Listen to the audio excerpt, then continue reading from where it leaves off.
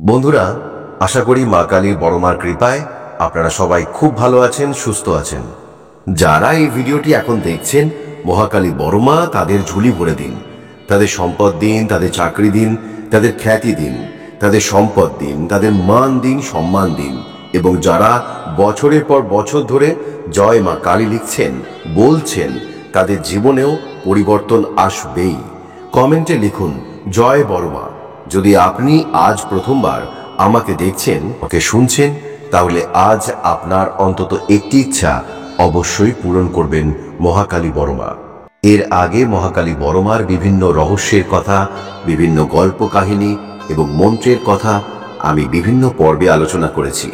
সেই পর্বের link description ও কমেন্টে আছে, আপনারা দেখতে পারেন। আজকে আপনারা দেখবেন একাদশ পর্ব। আমি তোমাদেরকে অনুরোধ করছি, একবার এই ব্রাহ্ম মুহূর্তে উঠে মহাকালী বড় মাকে স্মরণ করে তো দেখো, তোমাদের জীবন বদলে যাবে। যদি এই বার্তাটি হৃদয়ে ছুঁয়ে যায়, কমেন্ট করে লিখে জানিও শেষ কবে তুমি মনের গভীর থেকে মাকে ডেকেছিলে। আমি তোমাদের নীল, তোমার অভিজ্ঞতা পড়ে খুশি হব আর প্রার্থনা করব তোমার জন্য। আজ আমি আপনাদের জানাবো এমন কিছু পবিত্র সংকেত যেগুলো দেখলে বুঝবেন মা কালী আপনার জীবনে শুভ সংবাদ নিয়ে আসছেন। বন্ধুরা, মনে রাখবেন, ঈশ্বরকে আপনাকে খুঁজে বেড়াতে হবে না, তাকে পাওয়ার জন্য আপনাকে কেবল তার স্মরণ জাগিয়ে তুলতে হবে। যে মুহূর্তে হৃদয় ভরে উঠবে ভক্তিতে, সেই মুহূর্তেই আপনি দেখবেন জীবন যেন এক অলৌকিক পথে বদলে যাচ্ছে। চলুন আজ প্রতিজ্ঞা করি, কষ্ট যতই আসুক আমরা মায়ের হাত ছাড়ব না। আমাদের বিশ্বাস, আমাদের ভক্তি হবে আমাদের সবচেয়ে বড় শক্তি। তখনই আমরা বুঝব যে ভালো সময় আমাদের দ্বারে দাঁড়িয়ে আছে। এটি কেবল সময়ের অপেক্ষা। তাই আসুন চোখ বুজে একবার বলুন, মা তোমার কৃপা চাই, আমাকে তোমার পথে চালাও। বন্ধুরা, কখনো কি অনুভব করেছেন রাতের নিস্তব্ধতায় হঠাৎ এক কোমল আলো আপনার হৃদয় ছুঁয়ে গেল? কখনো কি মনে হয়েছে কেউ যেন অদৃশ্য হাতে আপনার মাথায় স্নেহের হাত বুলিয়ে দিল? এমন মুহূর্তেই তো মা কালী বড় মা আমাদের জানান দেন, আমি আছি তোমার পাশে, ভয় পেও না। আজ আমি আপনাদের নিয়ে যাব এক অন্তরঙ্গ যাত্রায়, যেখানে আমরা জানব সেই পবিত্র সংকেত যেগুলি দেখলে বুঝবেন আপনার প্রার্থনা পৌঁছেছে মায়ের কাছে, আর তিনি আপনাকে আশীর্বাদের পথে নিয়ে যাচ্ছেন। স্বপ্ন কি কেবল কল্পনা, নাকি এর মধ্যেই লুকিয়ে থাকে কোনো বার্তা? বন্ধুরা, মা প্রায়ই আমাদের কাছে আসেন স্বপ্নের পথ দিয়ে। যদি স্বপ্নে আপনি সোনা, রূপা, আলো বা প্রাচুর্যের প্রতীক কিছু দেখেন, তাহলে জানবেন এটি কাকতালীয় নয়, এটি মায়ের কোমল ইঙ্গিত। তিনি আপনার জীবনে সম্পদ ও কল্যাণ আনতে চলেছেন। ভেবেছেন কি শেষ কবে এমন কোনো স্বপ্ন দেখেছিলেন যা আপনাকে ভিতর থেকে আলোড়িত করেছে? কমেন্টে লিখে জানাতে ভুলবেন না। জীবনের গভীরতম দুঃসময়ে হঠাৎ যদি কারো সহানুভূতি আপনাকে ছুঁয়ে যায়, কেউ যদি এসে আপনার বোঝা ভাগ করে নেয়, তাহলে বুঝবেন মা আপনার পাশে আছেন। মা সারদা বলেছিলেন, যখন কেউ সাহায্য করতে এগিয়ে আসে, সেখানে ঈশ্বরের ইচ্ছাই কাজ করছে।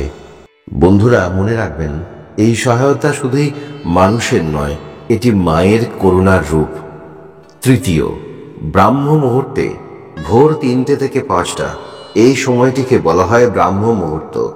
আপনার কি কখনো হঠাৎ এই সময়ে ঘুম ভেঙে গেছে এবং মনে হয়েছে হৃদয় ডাকছে কাউকে স্মরণ করতে? এটি কেবল নিছক জাগরণ নয়, এটি মায়ের ডাক। এই সময় যদি আপনি মাকে স্মরণ করেন, তাহলে বিশ্বাস করুন তিনি আপনার প্রার্থনা অবশ্যই শুনবেন। পরের বার এমন হলে চোখ বুজে কেবল একবার বলবেন, মা তুমি আছো আমার সাথে।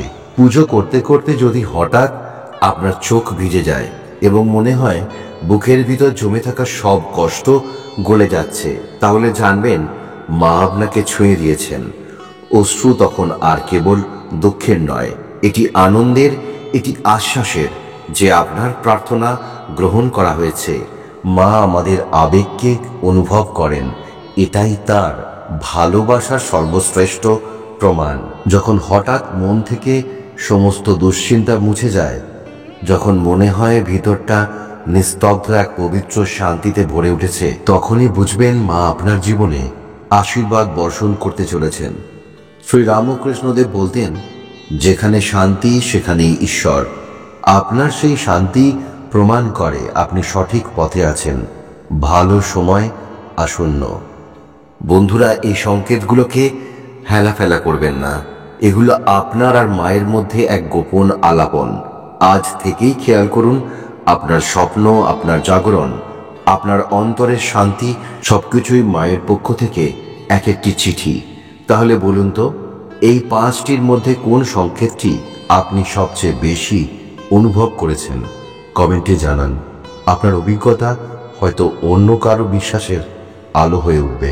বন্ধুরা, এক মুহূর্ত চোখ বন্ধ করে অনুভব করুন, যদি হঠাৎ ভোর রাতে ঘুম ভেঙে যায়, জানলা দিয়ে চাঁদের আলো এসে পড়ে আর মনে হয় কেউ যেন ডাকছে, আপনি কি সেই ডাক শুনতে পান? আপনি কি জানেন, অনেক সময় মা কালী বড়মা এভাবেই আমাদের জীবনকে ছুঁয়ে দেন। কেন আমাদের এটা জানা জরুরি? কারণ এই সংকেতগুলোই তো মায়ের আশীর্বাদের নিঃশব্দ ভাষা। আমরা যখন দুঃখে ডুবে যাই, একা অনুভব করি, মনে হয় সব দরজা বন্ধ, তখন মা তার নিজস্ব ভাষায় জানান দেন, আমি আছি, আমি শুনছি। আপনি কি কখনো এমন কোনো সংকেত পেয়েছেন যা আপনাকে ভিতর থেকে শান্ত করে দিয়েছে? কমেন্ট করে জানাতে ভুলবেন না। বন্ধুরা, মা যখন আপনার প্রার্থনা শোনেন, আপনার ইচ্ছে পূরণ করেন, তখন কি আপনি কখনো থেমে গিয়ে তাকে ধন্যবাদ দিয়েছেন? মা সারদা বলতেন, কৃতজ্ঞতা হলো ভক্তির সর্বোচ্চ রূপ। একটি প্রদীপ জ্বালিয়ে 2টি ফুল দিয়ে মাকে বলুন, মা, তোমার কৃপা ছাড়া কিছুই সম্ভব নয়। আপনার হৃদয় যখন কৃতজ্ঞতায় পূর্ণ হবে, তখন সেই আনন্দ আবার আশীর্বাদ হয়ে আপনার জীবনে ফিরে আসবে। বন্ধুরা, মায়ের সংকেতগুলো ছোট ছোট আলোর মতো, যা অন্ধকারে পথ দেখায়। হয়তো হঠাৎ একটি স্বপ্ন, হয়তো এক অপ্রত্যাশিত সাহায্য, হয়তো পুজোর সময় চোখের জল, অথবা ভোর রাতে হঠাৎ ঘুম ভেঙে যাওয়া। সবই মায়ের ভাষা, সবই মায়ের করুণার চিহ্ন। আপনি কি লক্ষ্য করেছেন, যখন মন হঠাৎ অকারণে শান্তিতে ভরে যায়, তখন পৃথিবীও যেন সুন্দর মনে হয়? সেই শান্তি তো মায়ের আশীর্বাদ। প্রিয় বন্ধুরা, মনে রাখবেন, ঈশ্বরকে খুঁজে বেড়ানোর দরকার নেই, তার স্মরণকে জাগিয়ে তুলুন। যখন মায়ের সংকেত আপনার জীবনে আসে, তখন বিশ্বাস করুন, শুভ সময় দরজায় কড়া নাড়ছে। ভক্তি রাখুন, বিশ্বাস রাখুন, আর প্রতিদিনের ছোট ছোট মুহূর্তে মাকে অনুভব করুন। যখন মায়ের সংকেত আপনার জীবনে আসে, তখন বিশ্বাস করুন, শুভ সময় দরজায় কড়া নাড়ছে। ভক্তি রাখুন, বিশ্বাস রাখুন, আর প্রতিদিনের ছোট ছোট মুহূর্তে মাকে অনুভব করুন। আপনার যদি এমন কোনো সংকেতের অভিজ্ঞতা থাকে যেখানে মনে হয়েছে মা কালী আপনার পাশে আছেন, কমেন্ট করে অবশ্যই জানাবেন। रुद्र हनुमान मंत्र। ओम नमो हनुमते रुद्रावताराय सर्वशत्रु संहारणाय सर्वरोगहराय सर्ववशीकरणाय रामदूताय स्वाहा।